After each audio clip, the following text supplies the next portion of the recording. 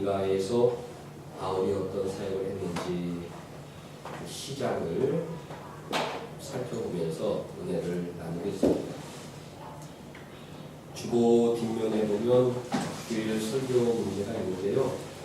그것을 보면서 눈으로 보면 정신이 집중이 되고 쉽게 이해가 되고 그렇기 때문에 예배의 본문을 우리 아이들과 함께 예배드리기 때문에 주보 뒷면을 보면서 좀 살피겠습니다.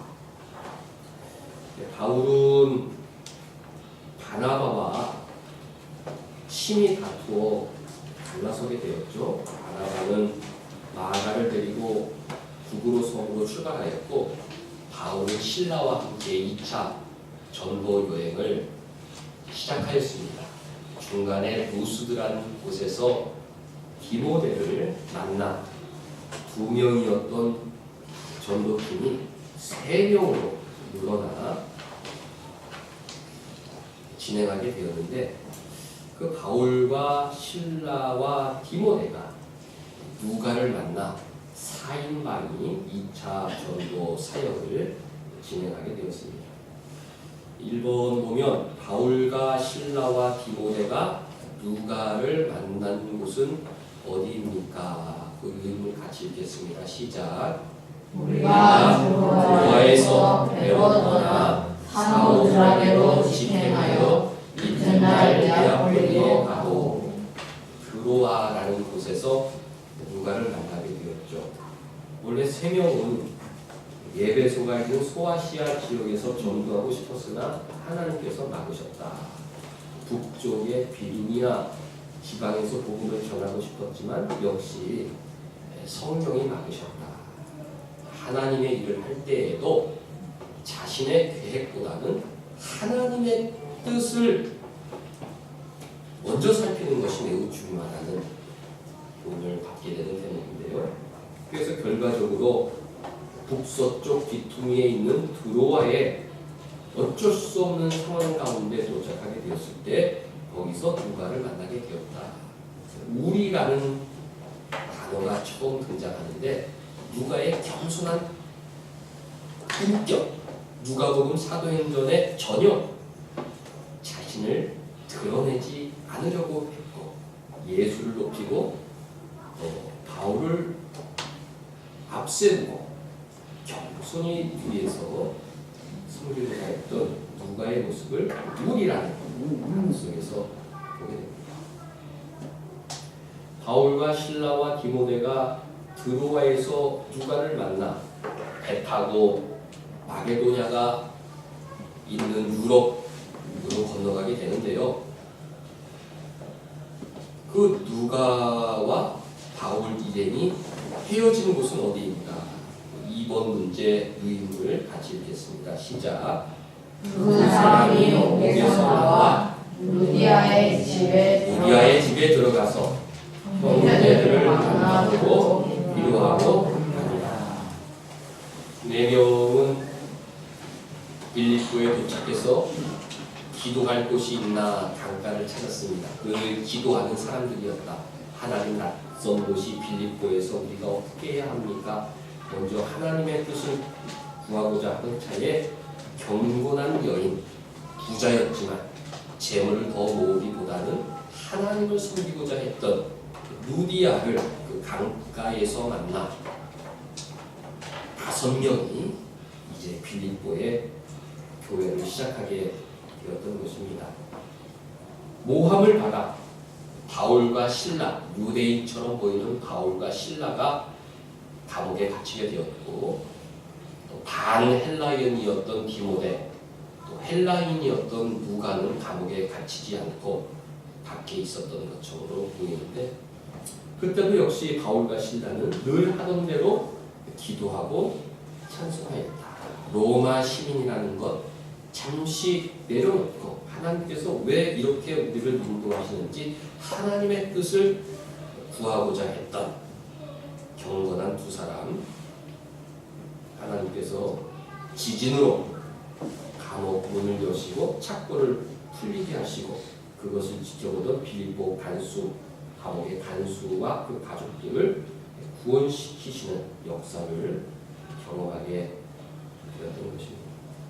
두 사람이 옥에서 나왔는데 누디아의 집에 들어가서 형제들을 만나 위로하고 그들이 떠나갔다. 그들이라는 것은 바울과 실라와 디모데를 말하는 것이죠. 누디아의 집에서 헤어졌다.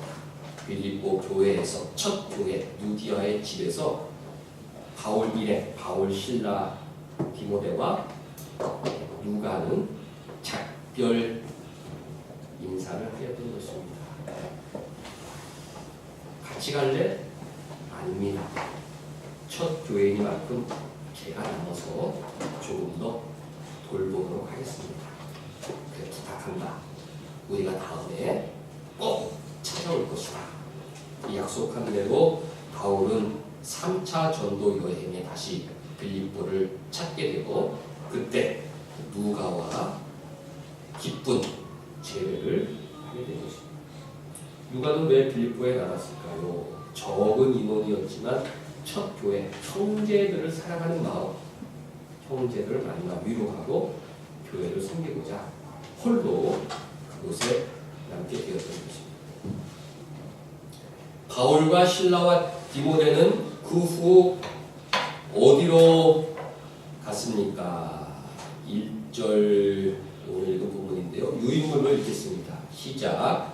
그들이 빌립보와 아볼로니아로 다녀가 데살로니가의 이름이 거기 하나님의 회당이 있지라. 첫 교회는 빌립보 교회, 두 번째는 데살로니가 교회였다. 빌립보서도 있고 데살로니가 전후서도 있지요. 처음에 빌립보에서 교회를 세우고 그 다음에 암비볼리 아볼로니아를 지나 데살로니가에 이르렀다. 성지 순례 다니는 사람들이 전해주는 소식에 의하면 암비볼리 아볼로니아에 큰 바위가 있는데 거기에 바울의 강단이라는 명패가 붙어 있다고 합니다. 데살로니가에 가는 도중에서도 바위 위에서 평범한 바위 위에서 복음을 전하였다. 그런 전설이 내려오는데 나중에 여러분들 다 여유 되시려면 한번 다녀보셔도 좋겠습니다. 데살로니가에 이르렀다. 그런데 데살로니가에는 유대인의 회당이 있었다. 만일 빌립보에도 유대인의 회당이 있었다면 바울은 그 유대인의 회당을 찾았을 터인데 빌립보에는 회당이 없었죠. 그래서 강가를 찾아 기도할 곳이 없나 강가를 찾았는데 근데 데살로니가에는 더 많은 유대인들이 살았던 것처럼 보이는 것은 이미 유대인의 회당이 그곳에 있었다. 바울은 가는 곳곳마다 회당 중심으로 복음을 전하였는데 다행히도 데살로니가에는 주전 500년경부터 하나님께서 복음을 위하여 전 세계에 흩어진 유대인들을 통하여 세우게 하신 회당이 500년 전부터 이 바울의 복음 사역을 위해 세워진 것 같이 보이는 그 회당이 데살로니가에 있었던 것입니다. 4번 바울은 데살로니가 유대인 회당에서 무엇을 하였습니까? 1번 유임을 읽겠습니다. 시작. 바울이 자기의 관례대로 그들에게로 들어가서 오늘 설교 제목이죠. 바울이 자기의 관례대로 그들에게 들어갔다. 관례라는 말은 하던 대로 또 좀 더 명확하게 습관대로라고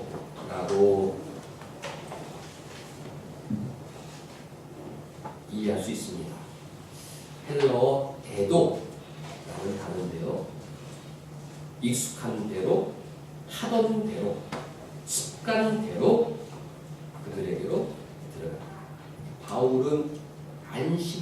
가서 유대인 만나는 것이 늘 익숙한 습관이었다는 것입니다. 또 2번 같이 읽겠습니다. 시작. 새 안식일에 성경을 가지고 강론하며 3주 동안 그 회당을 찾아 성경, 그때는 신약 성경이 없었기 때문에 구약 성경을 의미하는데 이 구약 성경을 가지고 구약에 예언된 메시아 기름 부은 받은 자가 바로 예수시다라는 것을 강론 설교하였던 것입니다. 늘 하던 대로 습관대로 성경을 강론하였다. 또 3번 읽겠습니다. 시작. 뜻을 풀어 그리스도가 를 받고 죽은 자 가운데에서 다시 살아나야 할 것을 증언하고 이르되 내가 너희에게 전하는 이 예수가 곧 그리스도라 하니. 성경을 강론하고 성경의 뜻을 풀어 증언하였다. 이 성경이 말하는 사람이 바로 예수 그리스도시다. 구약 성경이 그리스도라고 가르치시는 분이 바로 예수라는 사실을 강론하고 풀어 증언했는데 이것이 바로 바울의 습관, 바울의 관례, 바울에게 익숙한 것, 바울이 늘 하던 것이었다는 내용이니 오늘 우리가 마음속에 새기고 한 주간 살아가고자 하는 내용인 것입니다. 바울이 안식일에 예수를 전할 수 있었던 힘은 무엇이었습니까? 빌립보에서 매를 맞았죠. 태형이라는 것은 굉장히 아픈 벌입니다.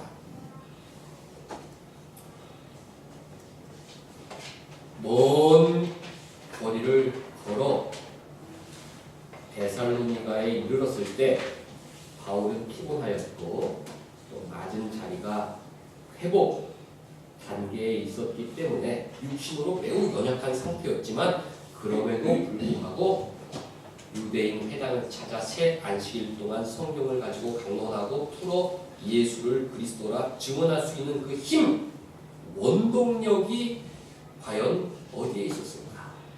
우리가 이 세상을 살아가면서 힘들고 고단한 일이 얼마나 많습니까? 바울처럼 매를 맞는 듯한 그런 기분이 있고 먼 거리를 도보로 걸어가야 하는 그런 피곤함이 있는데 그 속에서도 우리가 힘을 얻어 바울처럼 영적인 삶을 살아야 하는데 그 힘, 그 원동력, 육신의 피곤함, 또 세상의 방해 속에서도 주님을 증언하는 그 경건한 삶의 원동력이 과연 무엇인가? 오늘 설교 제목대로 그것은 습관이었다. 몸에 익숙해진 습관이 바로 바울의 신앙의 원동력이었던 것입니다. 이 습관이라는 것이 얼마나 중요합니까? 아리스토텔레스라는 서양 철학자는 그 사람은 습관으로 판명된다. 그 사람이 위대한지 아닌지는 한 번의 행동이 아니라 그 사람의 습관, 그 사람이 늘 어떤 행동을 하고 사는지 그것으로 그 사람이 위대한지 아닌지 드러나는 것이다.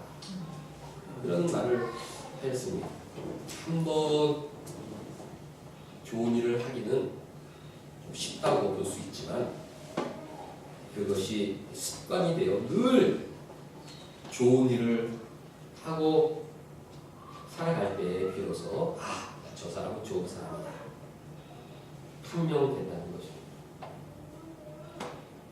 파스칼이라는 철학자는 습관은 제2의 천성이다.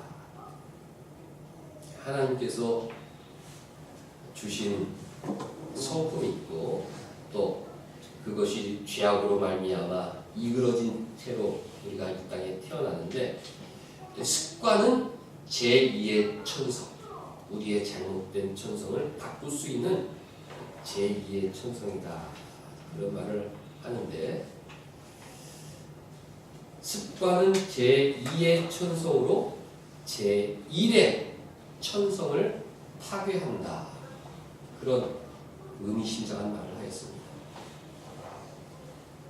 좋은 성품, 하나님께서 주신 좋은 성품, 지혜, 명철, 총명, 지식, 좋은 것이 있을지라도 잘못된 습관을 갖게 되면 그 모든 것이 파괴되어 버린다는 것이죠. 예를 들어서 학생에게 하나님께서 좋은 지혜를 천성으로 주셨지만 학생이 게으른 습관에 빠지게 되면 그 좋은 지혜는 파괴되어 버립니다.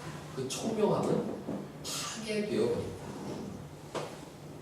하나님께서 주신 천성을, 좋은 성품을 더 좋은 쪽으로 개발하는 좋은 습관이 필요하다. 그런 교훈을 우리 기독교인은 받게 되는 것입니다. 그래서 에베소서 4장 22절 너희는 유혹의 욕심을 따라 썩어져가는 구습을 따르는 옛사람을 벗어버리고, 구습을 벗어버리고, 옛사람의 모습을 벗어버리고 유혹의 욕심을 따라 썩어져가는 습관. 학생으로 비유하면 게으름이겠죠. 하나님께서 좋은 머리 주셨는데 게으름 때문에 다 파괴되어 버리는 것 아니겠습니까? 이 예수 믿는 사람들에게는 교만과 이기심, 미움과 다툼, 썩어져가는 죄의 모습, 그 옛사람을 벗어버리지 않고서는, 그 잘못된 죄악된 습성을 벗어버리지 않고서는 하나님의 형상이 파괴되어 버리는 것입니다. 오직 너희가 심령이 새롭게 되어 하나님을 따라 의와 진리의 거룩함으로 지으심을 받은 새 사람을 입으라. 새 사람을 입으라. 이런 말씀은 좋은 습관, 말씀에 순종하고 말씀대로 살아가는 좋은 습관을 드리라. 이런 의미로 우리가 바울이 피곤한 육신을 가지고 또 유대인들의 모함과 데살로니가 사람들의 반대가 기대되지만 그곳에서 안식일에 말씀을 강론하며 예수를 증거할 수 있었던 힘은 바울에게 경건한 습관, 거룩한 습관, 좋은 습관이 철저하게 새겨져 있었기 때문이라는 것을 자기의 규례대로라는 말씀 속에서 생각해 보게 됩니다. 바울은 어떤 습관을 갖고 있었는가? 오늘은 구체적으로 세 가지를 좀 한번 구분해 보았는데요. 바울은 7일을 거룩하게 지키고자 하는 습관이 유대 바리새인 때부터 몸에 배어 있었습니다. 7일은 예배하는 날이다. 그래서 일곱째 날 유대인들이 모여있는 회당을 찾고자 했던 것입니다. 이 애도라는 단어가 성경의 곳곳에 나타나는데요. 누가복음 4장 16절에도 이 애도라는 단어가 나타납니다. 예수께서 그 자라나신 곳 나사렛에 이르사 안식일에 늘 하시던 대로 회당에 들어가사 늘 하시던 대로, 이것이 애도라는 단어인데요. 예수님도 7일째는 습관을 따라 회당에 들어가 예배하고자 하셨다. 7일을 거룩하게 지키고자 하는 것은 유대인들, 예수님, 사도 바울, 그리고 오늘날 거룩한 성도들의 공통된 모습인 것입니다. 예수 다시 오시는 그날까지 나와 우리 가족은 7일을 거룩하게 지키는 습관을 유지합니다. 이것이 우리가 영적으로 살아갈 수 있는 신앙의 원동력인 것입니다. 우리가 주일을 지키는 것이 아니라 7일이, 주일이 우리를 지켜줍니다. 교회 와서 예배드리면 예배하는 가운데 한 주간 죄악을 자연스럽게 돌아보게 되는 것이고, 예배 순서 한 순서를 진실하게, 밖에 환영문구를 적어놨는데요. 그 중에 우리가 배척해야 하는 것 중에 하나, 형식주의. 형식주의를 배척하고 찬송 부를 때 진실하게, 기도할 때 진실하게, 죄의 고백 시간에 진실하게, 한 순서 하나님과 교제하고자 하는 마음으로 진실되이 참석하면 그 가운데에서 죄가 얼마나 무서운 것인지, 또 한 주 동안 내가 얼마나 죄악 가운데 살았는지, 또 감사 찬송 부를 때 죄 사함의 은혜가 얼마나 놀라운 것인지, 다시 한번 깨끗한 모습으로 하나님 앞에 살 수 있다는 이 은혜가 얼마나 감사한 것인지, 말씀을 듣는 가운데 또 잊고 있었던, 이미 알고 있지만 잊고 있었던 진리들을 새롭게 발견해 가면서 한 주 동안 또 새롭게 하나님의 자녀로 살아야겠다는 결심을 하게 되는데, 주일을 거룩하게 지키는 사람과 지키지 않는 사람의 차이는 한마디로 천지 차이다. 예수도 늘 하시던 대로 회당에 들어가셨고, 안식일에 사도 바울도 자기 규례대로 안식일에 7일에 하나님 앞에 서고자 했던 것입니다. 히브리서 10장 25절에도 애도라는 헬러가 나타나는데요. 모이기를 패하는 어떤 사람들의 습관과 같이 하지 말고 오직 권하여 그날이 가까움을 볼수록 더욱 그리하자. 이 습관이라는 단어가 바로 애도인 것입니다.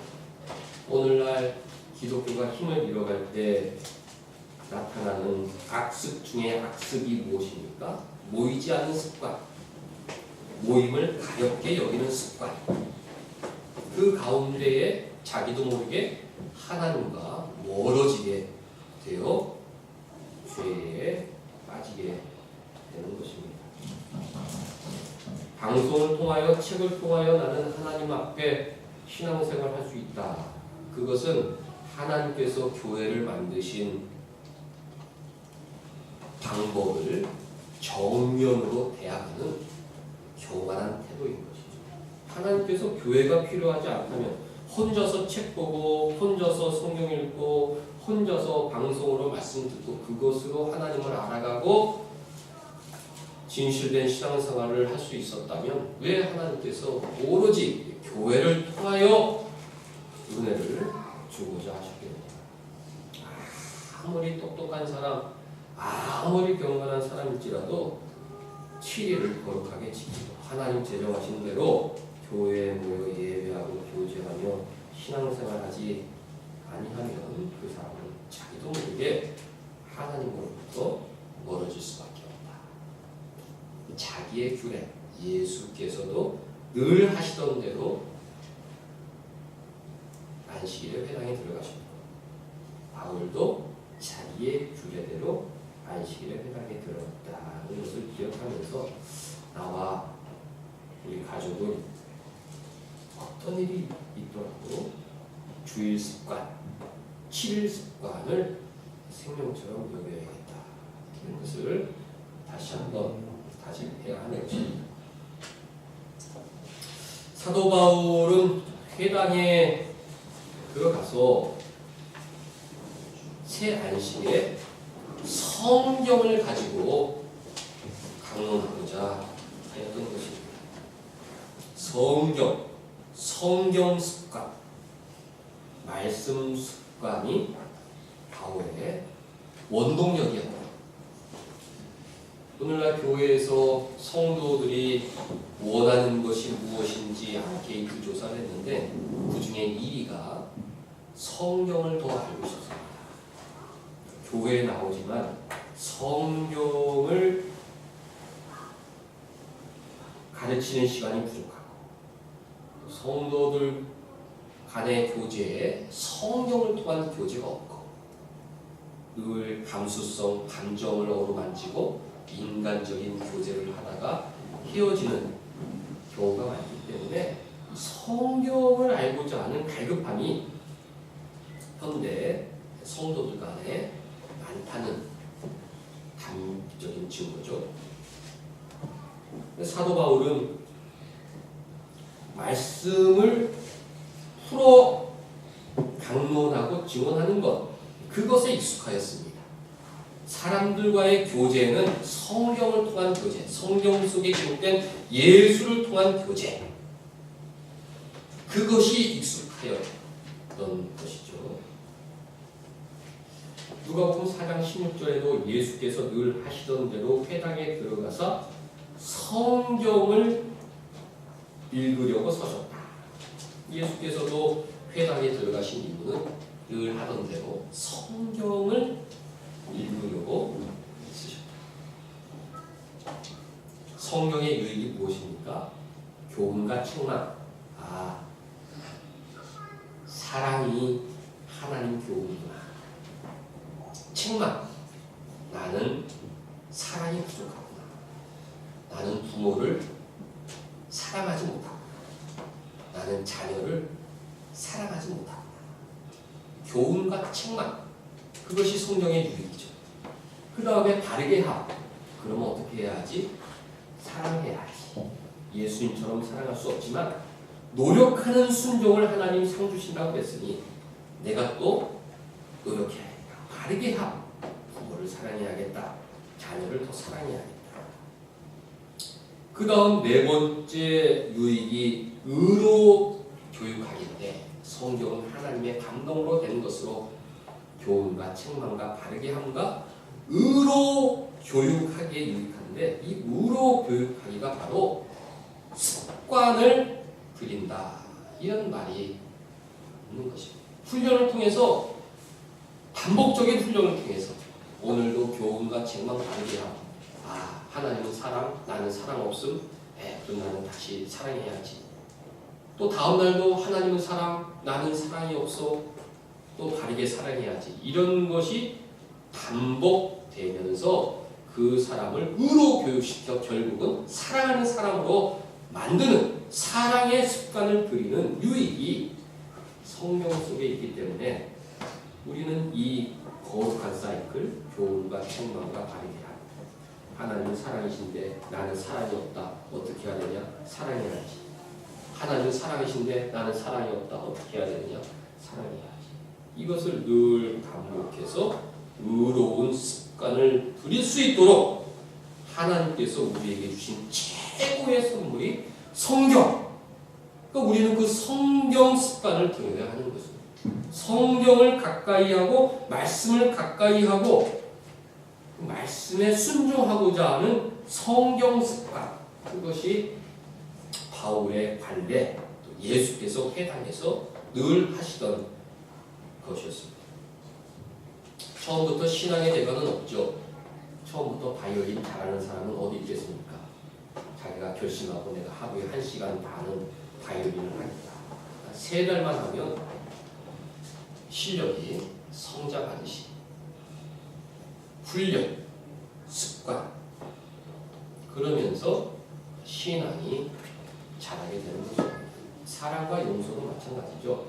말씀을 통해서 또 훈련, 또 습관, 말씀을 통해서 또 훈련, 습관, 그렇게 거룩한 습관이 몸에 배게 되는데 바울의 원동력 바로 성경 습관이었다. 바울이 데살로니가 교회 유대인들의 핍박과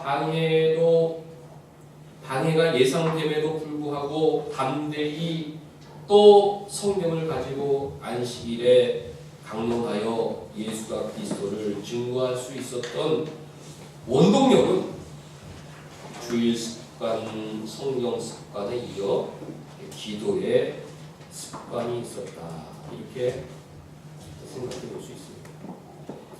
바울은 로마 시민이었지만 그 얄팍한 시민권을 가지고 자기 일을 하려는 마음이 처음부터 없었습니다.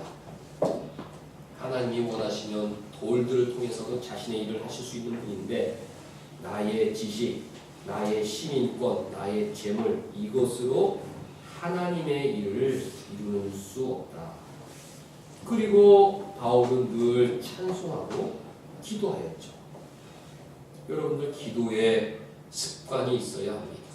어렵고 힘든 일이 있을 때 아버지 도와주세요. 야, 형 좀 도와주라. 야, 나 좀 도와주라. 그렇게 하기보다는 하나님 도와주세요. 하나님 지금 제가 어려움에 처했습니다. 의지할 분은 아버지밖에 없습니다. 도대체 어떻게 해야 합니까? 지혜를 주옵소서. 하나님 뜻이 나타나기까지 인내할 수 있는 믿음을 더하여 주옵소서. 그런 기도가 습관이 되면 어떤 어려운 상황 속에서도 죄에 빠지지 않고 하나님의 뜻을 이룰 수 있는 힘을 얻게 됩니다. 에도라는 헬라어가 누가복음 22장 39절에도 나타나는데요. 예수께서 나가사 습관을 따라 감람산에 가시매 제자들도 따라갔거든요. 예수께서 십자가 죽음을 앞두시고 감람산에 올라 기도하시는 대목인데요. 그 감람산으로 올라가시는 모습을 습관을 따라 애도 늘 하시던 대로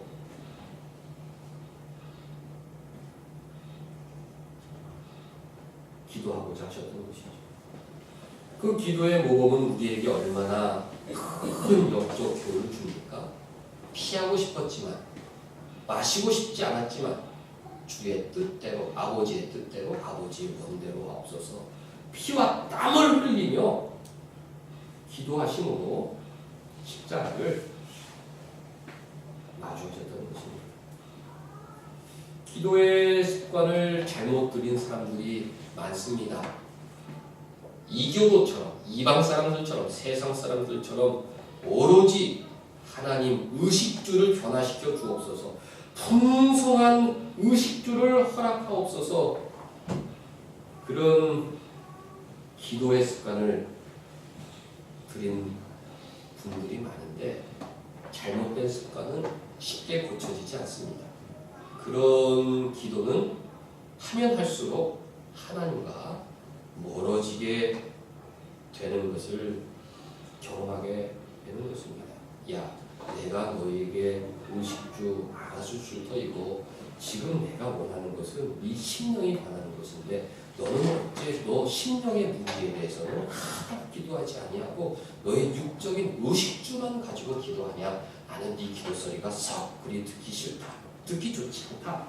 너 기도를 고쳐야 하겠다. 하나님께서 그런 태도로 대하실 때 점점 멀어지는 것입니다. 그 좋은 기도의 습관, 하나님 지금 의식주의 어려움이 있지만 제 심령이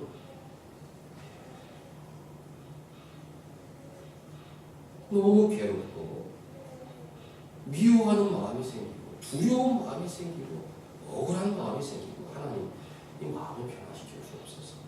하나님께서 내 길을 인도하시는 믿음을 갖고 평안을 주옵시고 이 세상을 가볍게 여기는 마음도 주옵시고 지금 나에게 가장 중요한 것이 무엇인지 볼 수 있는 하나님의 시각을 허락하여 주셔서 이 문제를 훌륭하게 이겨낼 수 있도록 도와주옵소서. 하나님께서 야 그래, 응? 그래. 걱정하지 마라. 걱정하지 마라. 기도의 습관, 예수께서 그 십자가의 문제를 이기시기 위해서 늘 하나님의 뜻을 구하는 기도 습관이 있었기 때문에 십자가를 지실 수 있었던 것입니다. 세상의 책 중에 감정도 습관이다, 그런 책을 좀 주목해서 보게 되는데요. 우리가 습관 그러면 행동만 습관으로 생각하지 않습니까? 습관. 그런데 감정도 습관이다. 어떤 일을 만나면 똑같은 감정이 생기는 거예요. 어떤 일을 만나면 100이면 100 똑같은 감정이 생기는 것을 이제 아마 묘사하는 것이 아닌가, 그렇게 한번 생각을 해보는데, 여러분 그렇지 않습니까? 어떤 사람을 대하고 어떤 대화를 하게 될 때 어떤 지점에 이르면 똑같은 감정이 생깁니다. 그런데 그게 죄악된 마음인 것은 그 사람을 멸망길로 인도하는, 제일 천성을 타개하는 악한 감정의 습관인 것이죠. 우리가 이 감정의 습관을 이기기 위해서 예수께서 알려주신 주기도문의 기도가 절실하지 않습니까? 용서한 것 같이, 내가 하나님의 자녀된 증거 다른 사람들을 용서한 것 같이 하나님 용서하여 주옵소서. 그 용서를 갈망하는 기도, 이 감정의 습관, 악한 감정의 습관을 끊고자 하는 그 기도, 그 기도 습관이 우리 신앙의 원동력이 되는 것입니다. 하나님 시험에 빠지지 않게 하옵소서. 악한 마귀가 우는 사자와 같이 나를 공격해서 또 오늘도 치고받고 싸우게 해서 하나님 앞에 있는 천사들의 조롱거리가 되게 만들려고 하고 있는데, 하나님 감정, 약한 마음에서 벗어나게 하옵소서. 시험에 들지 말게 하옵소서. 사단 마귀 시험에서 건져 주옵소서. 그런 기도의 습관을 들이게 될 때 어떤 어려운 일을 만나게 될지라도 사도 바울처럼, 예수님처럼 하나님의 뜻을 실천할 수 있는 동력자로 살게 되는 것입니다. 아멘. 세상 철학자가 말했듯이 그 사람의 무수성은 한 번의 좋은 행동으로 판명되는 것이 아니라 반복적인 행동, 습관을 통해서 판명되는 것입니다. 우리의 거룩한 습관을 통해서 우리 존재가 판명되게 되고 있는데, 주일 습관 우리가 잘 지키고 있으니 얼마나 다행한 일입니까? 성경 습관, 나는 성경을 사랑하고 자주 성경을 통해서 교훈과 책망과 바르게 함, 이 사이클을 경험하느냐, 이것이 매우 중요합니다. 성경 통독도 좋고 성경 암송도 좋고 성경 지식도 좋지만 이 성경을 통해서 교훈과 책망과 바르게 함, 이 세 사이클이 하나님을 직접 만나는 경험이 있느냐, 성경 습관, 여러분들 한번 돌아보시기 바랍니다. 내가 성경을 통해서 가장 하나님과 친밀하게 교제했던 때는 언제였는가? 그런 친밀한 교제, 성경을 통해서 하나님 만나고 하나님께 교훈을 받고 하나님께 책망을 받고 하나님께 주시는 바르게 하고자 하는 결심이 있는가? 이 성경 습관, 기도 습관, 나의 기도의 내용은 무엇인가? 하나님 시험에 들게 하지 마옵소서. 일용한 것으로 만족하게 하옵소서. 이런 주님의 기도를 올리고 있는가? 아니면 우상 앞에서 어리석게 물질적인 것을 추구하다 그 물질과 함께 썩어져 버릴 세상 사람들과 같은 기도를 하고 있는가? 나의 습관은 무엇인가? 생각하면서 한 주간 하나님 거룩한 습관으로 변화하겠습니다. 모든 것을 새롭게 성경 습관, 기도 습관, 특별히 예수께서 겟세마네 동산에서 기도하셨던 것, 피와 땀을 흘리면서 사람마귀와 싸우셨던 기도를 기억하면서 나의 감정의 나쁜 습관을 변화시켜 주어서 씨름하는 한 주간 될 수 있기를